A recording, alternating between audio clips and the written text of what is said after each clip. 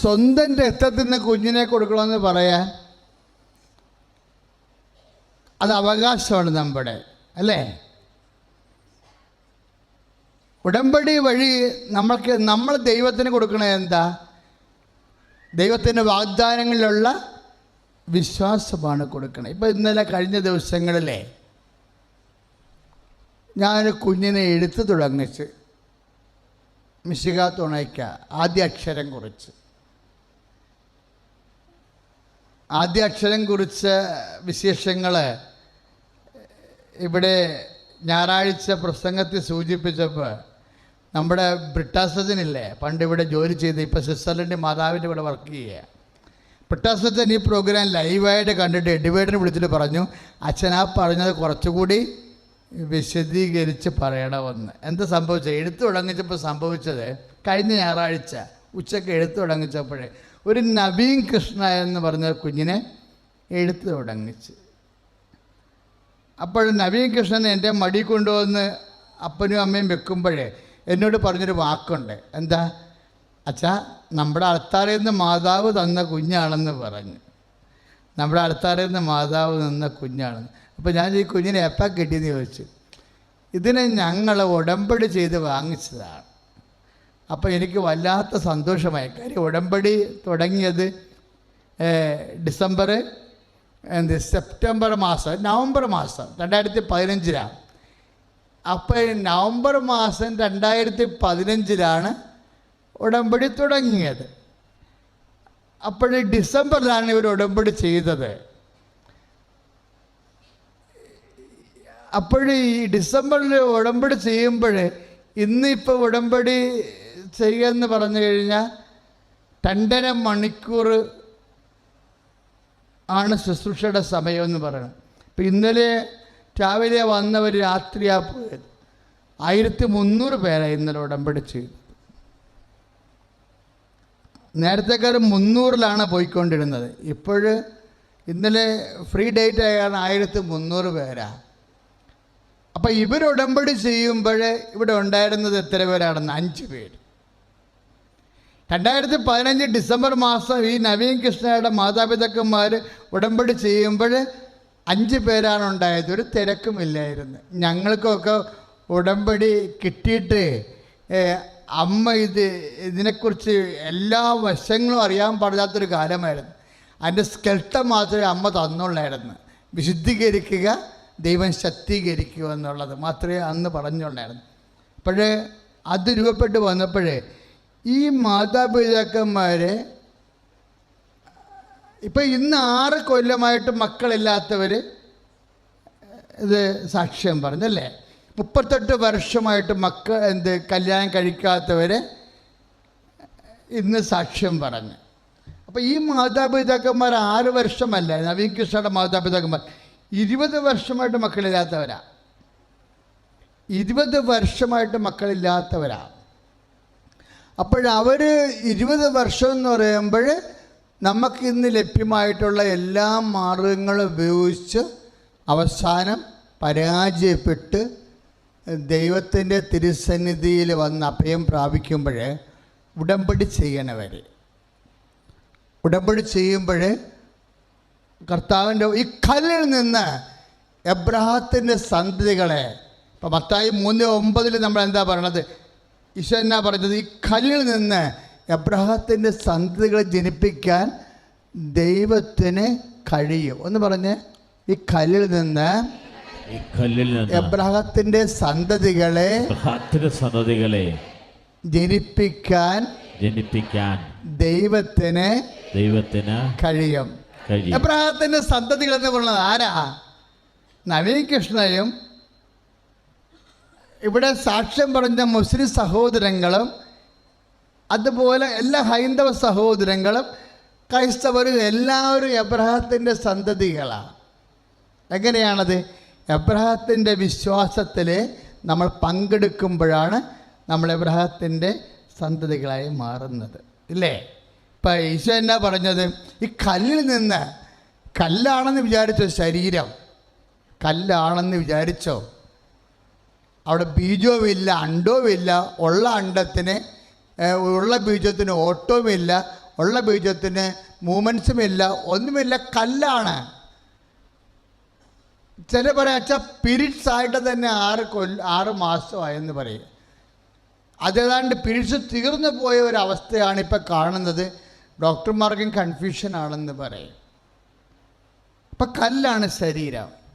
അതിൻ്റെ എല്ലാവിധ സ്വാഭാവികമായ പ്രജനന പ്രവണതകളെല്ലാം അങ്ങ് ഷട്ട് ഡൗൺ ചെയ്തിരിക്കുകയാണ്. കല്ലാണ്.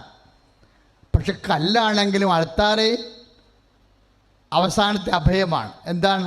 കർത്താവ് നമുക്കൊരു വാഗ്ദാനം തന്നിട്ടുണ്ട്. നിൻ്റെ ശരീരം കല്ലാണെങ്കിലും ഈ കല്ലിൽ നിന്ന് എബ്രാഹത്തെ സന്തതി ജനിപ്പിക്കാൻ ദൈവത്തിന് കഴിയും. എപ്പോഴും നമ്മളെപ്പോഴും വിചാരിക്കേണ്ടത്, അമ്മ ഒരു വിഷയത്തിൻ്റെ സങ്കീർണത അമ്മ മനസ്സിലാക്കിയെന്ന് ദൈവം മനസ്സിലാക്കാൻ വേണ്ടി അമ്മ ഒരു കാര്യം പറഞ്ഞു. എന്താണ്? ഞാൻ പുരുഷനെ അറിയുന്നില്ലല്ലോ. അപ്പോൾ ഈ വിഷയത്തിൻ്റെ സങ്കീർണത, ഇതിൻ്റെ അമ്മയുടെ അവസ്ഥ എന്താണെന്ന് അമ്മ അതിൻ്റെ രൂക്ഷത മനസ്സിലാക്കിയിട്ടുണ്ട് എന്ന് ദൈവം അറിയാൻ വേണ്ടി അമ്മയുടെ ഉള്ളമ്മ പങ്കുവെച്ചതാണ്. അപ്പം എനിക്കറിയാം, എന്നെ സംബന്ധിച്ചിടത്തോളം നിത്യകന്യയായി ജീവിക്കാനുള്ള സമ്പൂർണ്ണ സമർപ്പണത്തിൻ്റെ ഒരു ആഗ്രഹമാണ് മനസ്സിൽ കൊണ്ടുനടന്ന് ഞാൻ പ്രാർത്ഥിച്ചുകൊണ്ടിരിക്കുന്നത്. അതുകൊണ്ട് പുരുഷനെ അറിയുക എന്നുള്ള ഒരു വിഷയവുമായി എൻ്റെ ജീവിതത്തിന് വലിയ ബന്ധമില്ല. പിന്നെ ഇതെങ്ങനെ സംഭവിക്കുമെന്ന് ചോദിച്ചപ്പോഴേ, പരിശുദ്ധാത്മാവ് നിൻ്റെ മേൽ വരും എന്ന് പറഞ്ഞു. പിന്നെന്താ പറഞ്ഞത്? അത്യുന്നതൻ്റെ ശക്തി. ലൂക്കാ 1:35 എന്ന് പറഞ്ഞ അത്യുന്നതൻ്റെ ശക്തി, അത്യുന്നതൻ്റെ ശക്തി നിന്നിൽ പ്രവർത്തിക്കും. അപ്പം അത്യുന്നതൻ്റെ ശക്തിയുടെ പ്രത്യേകത എന്താണ്? നമ്മളിൽ പ്രവർത്തിക്കുന്നതാണ്.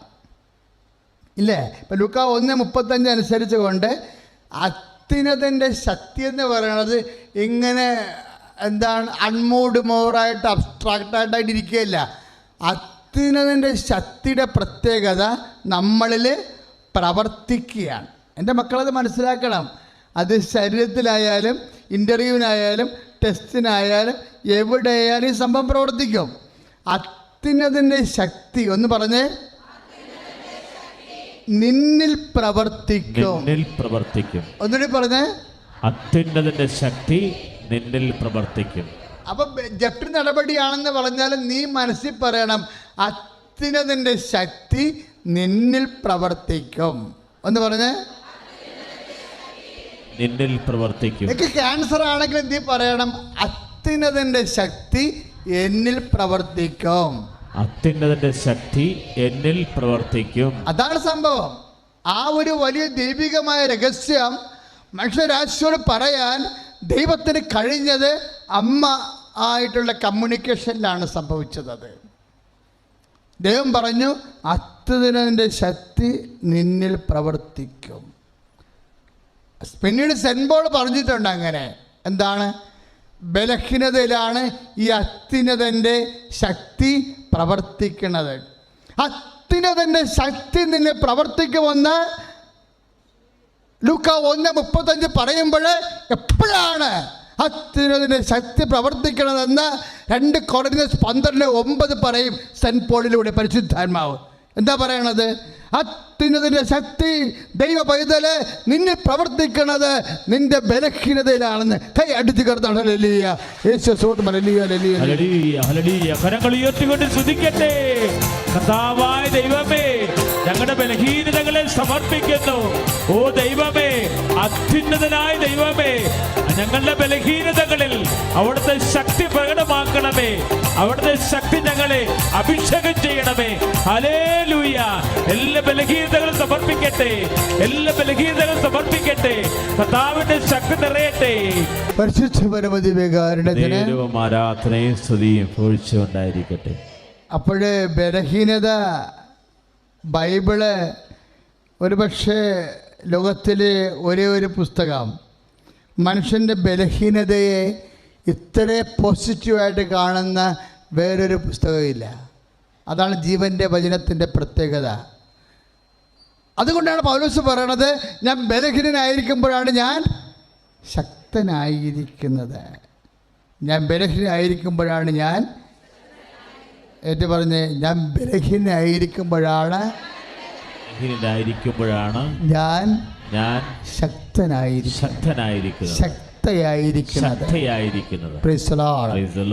അപ്പൊ ഇങ്ങനെ ബലഹീനമാകുന്ന സാഹചര്യങ്ങളിലെല്ലാം, ഇപ്പം കടമായാലും രോഗമായാലും എന്ത് തരത്തിലും നിൻ്റെ മനസ്സിനെ വിഷമിപ്പിക്കുന്ന സാഹചര്യങ്ങളിലെല്ലാം നീ ഓട്ടോമാറ്റിക്കായിട്ട് ഈ വചനം ഓർക്കണം. ഏതാണ്? ഞാൻ ബലഹീനനായിരിക്കുമ്പോഴാണ് ഞാൻ ശക്തനായിരിക്കുന്നത്. 2 Corinthians 12:9-10. അതെ, അത് അങ്ങനെ ഇപ്പം ബലഹീനത വരുമ്പോൾ ഒരു വ്യക്തി എന്തുമാത്രം ദൈവത്തിൻ്റെ കൃപയിൽ ആണ് എന്ന് ഞാൻ കാൽക്കുലേറ്റ് ചെയ്ത് പറയണത്, നിങ്ങൾക്ക് എന്ത് സമയം വചനം ഓർപ്പിക്കാൻ കിട്ടുന്നുവെന്നതിന് അനുസരിച്ചാണ്. മനസ്സിലായില്ലേ? ഇപ്പം നിന്നെ പെട്ടെന്ന് ജപ്തി നടപടിയാണെന്ന് ബാങ്കിൽ നിന്ന് വിളിച്ച് പറഞ്ഞു, ലേലമാണെന്ന് പറഞ്ഞു. നിങ്ങളുടെ വസ്തുവിന് ലേലമാണെന്ന് പറയുമ്പോൾ പെട്ടെന്ന് നമ്മളൊരു സാധനം വന്ന് വീഴുമ്പോൾ പെട്ടെന്ന് നമ്മൾ താഴേക്കിരിക്കും. പക്ഷെ സ്പ്രിങ് പോലെ വീണ്ടും ചിലർ പഴയ രീതിയിൽ തന്നെ വരും. എന്താ കാര്യത്തിൽ വെച്ചാൽ ചില കൊടിയ വിശ്വാസികളുണ്ട്. ഞാൻ പുറത്തോട്ട് ഇറങ്ങിയാലും ഞാൻ ഇറങ്ങണത് തെരുവിലേക്കല്ല, കർത്താവിലേക്കാണ് ഞാൻ ഇറങ്ങണതെന്ന് ബോധമുള്ളവരുണ്ടാവും. അവരെ സംബന്ധിച്ചിടത്തോളം അവർക്കറിയാം, അവൻ വിശ്വസിക്കുന്ന ദൈവം ഇതിന് പദ്ധതി അവൻ്റെ ദൈവത്തിന് മനസ്സിലുണ്ട്. ഇനി എൻ്റെ സമയമെന്ന് പറയണത് കർത്താവിൻ്റെ പദ്ധതി വെളിവാക്കാനുള്ള സമയമാണ്. പക്ഷേ ഈ വചനം ആ സമയത്ത് ഒരു പക്ഷേ നീ പെട്ടെന്ന് നിൻ്റെ മനസ്സിൽ വരും, ബലഹീനതയിലാണ് ദൈവത്തിൻ്റെ ശക്തി പ്രവർത്തി. ഇപ്പം ഞാൻ ബലഹീനനാണ്, ഇപ്പോഴാണ് ഞാൻ ശക്തനായിരിക്കണത്. പക്ഷേ അത് ഓർത്തെടുക്കണമെങ്കിൽ എന്ത് വേണം? പരിശുദ്ധാത്മാവ് വേണം. പരിശുദ്ധാത്മാവിനാണ് ഓർമ്മശക്തിയുടെ കാര്യങ്ങൾ ഇരിക്കുന്നത്. ഈ പരിശുദ്ധാത്മാവ് നിന്നെ പ്രവർത്തിക്കണമെങ്കിൽ ഒരു വിഷയമെന്ന് പറയണത്, എല്ലാ വിഷയവും നീ ഈ നമ്മൾ ആത്മീയ മനുഷ്യരാകുമ്പോൾ, അതായത് എല്ലാ വിഷയവും നമ്മൾ ജഡത്തിൻ്റെ രീതിയിൽ കാണാനും കേൾക്കാനും സമീപിക്കാനും വിലയിരുത്താനും ഒക്കെ തുടങ്ങിയാൽ സ്വാഭാവികമായി പരിശുദ്ധാത്മാവും നിർവീര്യമായി പോകും. നമ്മളെപ്പോഴും ബുദ്ധിയുള്ളവരായിരിക്കണം. എന്താ ബുദ്ധി? പ്രത്യേകിച്ച് സഹനകാലങ്ങളിൽ പരിശുദ്ധാത്മാവിനെ നിർവീര്യമാക്കരുത്. സഹനകാലങ്ങൾ എന്ന് പറയുമ്പോൾ സഹനകാലങ്ങളെന്ന് അച്ഛൻ പറയത്തില്ല, പ്രത്യാശയുടെ കാലങ്ങളെന്നാണ് ഞാൻ അതിനെ വിളിക്കണത്. എന്താ കാര്യം എന്നറിയാവോ? എപ്പോഴായാലും നിൻ്റെ ദൈവം നിന്നെ സഹായിക്കും. ടൈമിൻ്റെ പ്രശ്നം മാത്രമേ ഉള്ളൂ. എപ്പോഴായാലും നിൻ്റെ ദൈവം നിന്നെ സഹായിക്കും. പിന്നെ എന്താ വരണത്? അത് സമയത്തിൻ്റെ വിഷയം മാത്രമേ ഇതിൻ്റെ അകത്തുള്ളൂ. ആ സമയം വരെ നോക്കിപ്പാർക്കാനുള്ള ക്ഷമത നിനക്കുണ്ടാവണം. ആ ഒരു കാലഘട്ടത്തിലാണ് ഉടമ്പടി നമ്മളെ സഹായിക്കുന്നത്. പക്ഷേ ഉടമ്പടി ചില കാര്യങ്ങൾക്ക്, കാര്യം ദൈവത്തിന് നിൻ്റെ ഭൗതിക കാര്യങ്ങൾ നിറവേറ്റുന്നതിനേക്കാൾ പ്രാധാന്യം നിന്നിൽ പ്രത്യാശ എന്ന പുണ്യം നിറക്കുകയാണ് ദൈവിക ലക്ഷ്യമെന്നുണ്ടെങ്കിൽ സ്വാഭാവികമായിട്ട് ദൈവം അതിന് മുൻഗണന കൊടുക്കും. കാര്യം ദൈവം ഒരു വ്യക്തിയോട് ചോദിക്കണം 3 ചോദ്യങ്ങളുണ്ട്. എന്താണ് ചോദിക്കണത്? നീ എന്നെ വിശ്വസിക്കുന്നുവോ? രണ്ടാമത് ചോദിക്കണത് എന്താണ്? നീ എന്നെ പ്രത്യാശിക്കുന്നുവോ? മൂന്നാമത് ചോദിക്കണത് എന്താണ്? നീ എന്നെ സ്നേഹിക്കുന്നുവോ? മനസ്സിലായ? ഇപ്പം മരണം വരണേ നമ്മളിവിടെ ജീവിക്കുമ്പോൾ ഈ 3 ചോദ്യത്തിന് എപ്പോഴായാലും നമ്മൾ മറുപടി പറയേണ്ടി വരും. എന്താണ് ദൈവം ചോദിക്കണത്? എന്താണ്? നീ എന്നെ വിശ്വസിക്കുന്നുവോ? നീ എന്നെ വിശ്വസിക്കുന്നുവോ? പിന്നെ ചോദിക്കണത് എന്താണ്? നീ എന്നെ പ്രത്യാശിക്കുന്നുവോ? മൂന്നാമത് ചോദിക്കണത് എന്താണ്? നീ എന്നെ സ്നേഹിക്കുന്നുവോ? ഈ 3 ചോദ്യത്തിന് നിന്റെ ജീവിത സാഹചര്യം വെച്ചുകൊണ്ട് ദൈവത്തിനോട് നീയും ഞാനും മറുപടി പറയേണ്ടി വരും. അപ്പം അങ്ങനെ വിശ്വാസത്തിൽ, പ്രത്യാശയിൽ, ദൈവസ്നേഹത്തിൽ നമ്മളെ വളർത്താൻ വേണ്ടി ദൈവപിതാവ്, നിൻ്റെ ഗുരു നിൻ്റെ മുഖത്ത് നോക്കി നിന്നെ പഠിപ്പിച്ചുകൊണ്ടിരിക്കുമ്പോൾ ചില കാര്യങ്ങൾക്ക് അതിൻ്റെ സ്വാഭാവികമായ കാലതാമസം ഉണ്ടാകുന്നത് ദൈവത്തിൻ്റെ കരുണയുടെ ഭാഗമാണ്. കൈ അടിച്ചു കിടത്താണ്. Hallelujah, hallelujah, hallelujah. കരങ്ങൾ ഉയർത്തിക്കൊണ്ട് സ്തുതിക്കട്ടെ. കർത്താവായ ദൈവമേ, കാലതാമസം വന്ന എല്ലാ നിയോഗങ്ങളും ഇപ്പോൾ സമർപ്പിച്ച് പ്രാർത്ഥിക്കുന്നു. അത്ഭുതങ്ങൾ ചെയ്യുന്നവനെ, അടയാളങ്ങൾ പ്രവർത്തിക്കുന്നവനെ, ഞങ്ങളുടെ ജീവിത മേഖലകളിലേക്ക്, ഞങ്ങളുടെ ബലഹീനതകളിലേക്ക് അങ്ങ് ഇറങ്ങി വന്ന് ഞങ്ങളെ ശക്തനാക്കണമേ എന്ന് പ്രാർത്ഥിക്കുന്നു. ഈശോയ്ക്ക് സ്തുതിയായിരിക്കട്ടെ. ഞാൻ കൊല്ലം കരുനാഗപ്പള്ളിയിലെ മരുതൂക്കുളങ്ങര ഇടവകയിൽ നിന്ന് വരുന്നു. പരിശുദ്ധ അമ്മ ജീവനോടെ പ്രത്യക്ഷപ്പെട്ട ഈ അൾത്താരിൽ നിന്ന് സാക്ഷ്യം പറയാൻ ഭാഗ്യം ലഭിച്ചതിന് അമ്മയോടും ഈശോയോടും 1000 നന്ദി പറയുന്നു. ഞാൻ ഉടമ്പടി എടുക്കാനുണ്ടായ സാഹചര്യം എൻ്റെ ഈ മോളാണ്. മോളെ പ്രസവിച്ച് മോളുടെ ജ്ഞാനസ്നാനത്തിൻ്റെ അന്ന് കരുനാഗപ്പള്ളി താലൂക്ക് ആശുപത്രിയിൽ നിന്ന് വിളിച്ചിട്ട് പറഞ്ഞു, കുഞ്ഞിൻ്റെ സ്ക്രീനിങ് ടെസ്റ്റിൻ്റെ റിസൾട്ട് വന്നു. കുഞ്ഞിന് G6PD എന്ന ജനിതക രോഗമാണ്. അപ്പം നിങ്ങൾ വിദഗ്ധ ചികിത്സയ്ക്കായിട്ട് തിരുവനന്തപുരം SIT ഹോസ്പിറ്റലിൽ കൊണ്ടുപോയി ടെസ്റ്റുകളൊക്കെ ചെയ്യണമെന്ന് പറഞ്ഞു. അപ്പം വീട്ടിൽ ജ്ഞാനസ്നാനത്തിൻ്റെ അന്നാണ് ഇതറിയുന്നത്. ചേട്ടൻ്റെ കുഞ്ഞിൻ്റെയും മോളുടെയും ജ്ഞാനസ്നാനം ഒരേ ദിവസമായിരുന്നു. അപ്പോൾ അന്നത്തെ സന്തോഷമെല്ലാം അതോടെ തീർന്നു. ഞങ്ങളാകെ എല്ലാവരും ഭയങ്കരമായിട്ട് വിഷമിച്ച് കരഞ്ഞു പ്രാർത്ഥിച്ചു. രാത്രിയിൽ ഉറങ്ങിയില്ല. രാത്രിയിൽ വിശ്വാസ പ്രമാണം ചൊല്ലി നല്ല രീതിയിൽ ഞങ്ങൾ പ്രാർത്ഥനയോടെ തന്നെയായിരുന്നു. അപ്പം ഞാൻ എൻ്റെ അമ്മയോട് പറഞ്ഞപ്പം അമ്മ പറഞ്ഞു, മോളെ കൃപാസനം എന്നൊരു പള്ളിയുണ്ട്, നമുക്ക് അവിടുത്തെ മാതാവിൻ്റെ പ്രാർത്ഥന ചൊല്ലാം, കുഞ്ഞിന് അവിടുത്തെ നേർച്ച വസ്തുക്കൾ തേച്ച് നമുക്ക് പ്രാർത്ഥിക്കാമെന്ന് പറഞ്ഞു. അതുവരെ എനിക്ക് അറിയത്തില്ലായിരുന്നു ഇങ്ങനെ ഒരു പള്ളിയുടെ കാര്യവും കൃപാസനത്തെക്കുറിച്ചൊന്നും എനിക്ക് വലിയ അറിവുണ്ടായിരുന്നില്ല. അപ്പം ഞാൻ അമ്മയുടെ ചേച്ചിമാർ തന്ന നേർച്ച വസ്തുക്കൾ ഉപയോഗിച്ച് ഞങ്ങളിവിടുന്ന് കൊല്ലത്തുനിന്ന് തിരുവനന്തപുരം പോകുന്ന അത്രയും സമയവും ഞങ്ങൾ കുഞ്ഞിന് വേണ്ടി പ്രാർത്ഥിക്കുമായിരുന്നു. കുഞ്ഞിൻ്റെ കാറിലിരുന്നുകൊണ്ട് എല്ലാ പ്രാർത്ഥനയും, ഇവിടുത്തെ പ്രത്യക്ഷീകരണ പ്രാർത്ഥനയും വിശ്വാസ പ്രമാണവും എല്ലാം പ്രാർത്ഥിച്ച് കുഞ്ഞിനെ അവിടെ ചെന്ന് അവിടുത്തെ ഡോക്ടർമാർ കണ്ടപ്പോൾ ഡോക്ടേഴ്സ് ആദ്യം പറഞ്ഞത്, കുഞ്ഞിന് വലിയ കുഴപ്പമൊന്നും കണ്ടിട്ട് തോന്നുന്നില്ലല്ലോ, നമുക്കൊന്നുകൂടി റീടെസ്റ്റ് ചെയ്യാം, നമുക്ക് ചെയ്തിട്ട് വിളിക്കാമെന്ന് പറഞ്ഞു. അങ്ങനെ അവരൊരു ഡേറ്റ് വന്നു. ആ ഡേറ്റിന് ഞങ്ങൾ പോയി റീടെസ്റ്റ് ചെയ്തതിൻ്റെ റിസൾട്ട് വന്നപ്പം കുഞ്ഞിന് യാതൊരു കുഴപ്പവുമില്ല. ഞങ്ങൾ ആ റിസൾട്ട് കൊണ്ടുവന്ന് കരുനാഗപ്പള്ളി ഹോസ്പിറ്റലിൽ കൊടുത്തപ്പോൾ അവിടുത്തെ ഡോക്ടേഴ്സിനും നേഴ്സുമാർക്കും ഇത് യാതൊരു വിശ്വാസവും വന്നില്ല. അവർ തുടർച്ചയായി കുഞ്ഞിൻ്റെ 3 വയസ്സ് വരെയും കുഞ്ഞിനെ വിളിച്ചുകൊണ്ടേയിരുന്നു. ഞങ്ങളെ ചോദിച്ചുകൊണ്ടേയിരുന്നു, കുഞ്ഞെങ്ങനെയാണ്, നടക്കുമോ, കുഞ്ഞ് സംസാരിക്കുന്നുണ്ടോ, കുഞ്ഞ് ഫുഡ് കഴിക്കുന്നുണ്ടോ, കുഞ്ഞ് സ്റ്റെപ്പ് കയറുന്നുണ്ടോ എന്നിങ്ങനെ തുടർച്ചയായി അവർ വിളിച്ചുകൊണ്ടേയിരുന്നു. ഞങ്ങൾ പറഞ്ഞു, ഞങ്ങൾ ടെസ്റ്റ് ചെയ്തപ്പോൾ കുഞ്ഞിനൊരു കുഴപ്പവുമില്ലല്ലോ, പിന്നെ എന്താ നിങ്ങൾ വിളിക്കുന്നേ എന്ന് ചോദിച്ചപ്പോൾ അവർ പറഞ്ഞു, ഞങ്ങൾക്ക് വിശ്വാസം വന്നില്ല, സ്ക്രീനിങ് ടെസ്റ്റുകളൊന്നും അങ്ങനെ തെറ്റാറില്ല, അപ്പം ഞങ്ങൾ നേരിട്ട് വന്ന് കുഞ്ഞിനെ കണ്ടാലേ ഞങ്ങൾക്ക് ബോധ്യം വരുത്തോളൂ എന്ന് പറഞ്ഞ് അവിടുന്ന് ഹോസ്പിറ്റലിൽ നിന്ന് നേരിട്ട് വന്ന് ഡോക്ടേഴ്സ് വന്ന് കുഞ്ഞിനെ കണ്ടിട്ട് കുഞ്ഞിന് കുഴപ്പമൊന്നുമില്ല എന്ന് അറിഞ്ഞിട്ടാണ് അവർ പിന്നെ വിശ്വസിച്ചത്. പിന്നെ കുഞ്ഞ് ജനിച്ച സമയത്ത് മോളുടെ കാലയിൽ ഈ കാലിൻ്റെ കണ്ണ് ഇങ്ങനെ അകത്തോട്ട് കുഴിഞ്ഞ് കാൽപാദം ഇങ്ങനെ വളഞ്ഞിരിക്കുകയായിരുന്നു. അപ്പോൾ അന്നും ഞങ്ങളിങ്ങനെ മാതാവിൻ്റെ ഉപ്പും തേനും ഒക്കെ പുരട്ടി മോളുടെ കാലിൽ പുരട്ടി പ്രാർത്ഥിച്ചതിൻ്റെ ഫലമായിട്ട് അത് പെട്ടെന്ന് മാറുകയുണ്ടായി. അപ്പം എൻ്റെ അമ്മ നേർന്നായിരുന്നു കുഞ്ഞിനെ ഇവിടുത്തെ അൾത്താരയിൽ കൊണ്ടുവന്ന് കുഞ്ഞിനെ സമർപ്പിക്കാമെന്ന് നേർന്നായിരുന്നു. പക്ഷേ നിർഭാഗ്യവശാൽ ഞങ്ങൾക്കിവിടെ വരാനോ ഇവിടെ വന്ന് പ്രാർത്ഥിക്കാനോ കഴിഞ്ഞില്ല. കൊറോണയുടെ സമയമായിരുന്നു. കൊറോണ നല്ല രീതിയിൽ മൂർച്ഛിച്ച് നിന്ന സമയമായിരുന്നു. അപ്പം ഞങ്ങളത് പിന്നീട് മാറ്റിവെക്കുകയായിരുന്നു. അങ്ങനെ മോൾക്ക് 1 വയസ്സായ സമയത്ത് എനിക്ക് യൂറിക് ആസിഡ് കൂടിയിട്ട് എൻ്റെ എല്ലാ ജോയിൻറ്റിലും, എൻ്റെ ബോഡിയിൽ ഫുൾ ജോയിൻറ്റിലും ഇങ്ങനെ ക്രിസ്റ്റൽ അടിഞ്ഞിട്ട് അതിഭയങ്കരമായ വേദന. എനിക്ക് രാവിലെ എഴുന്നേൽക്കാനോ കുഞ്ഞിനെ ഒന്ന് എടുക്കാനോ കുഞ്ഞിൻ്റെ കാര്യങ്ങളൊന്നും ചെയ്യാനോ പറ്റത്തില്ല. എൻ്റെ വിരലുകളൊന്നും ഇങ്ങനെ നൂരത്തില്ല. ക്രിസ്റ്റൽ അടിഞ്ഞു കൂടിയിട്ട് വിരലെല്ലാം ഇങ്ങനെ ഇരിക്കുക.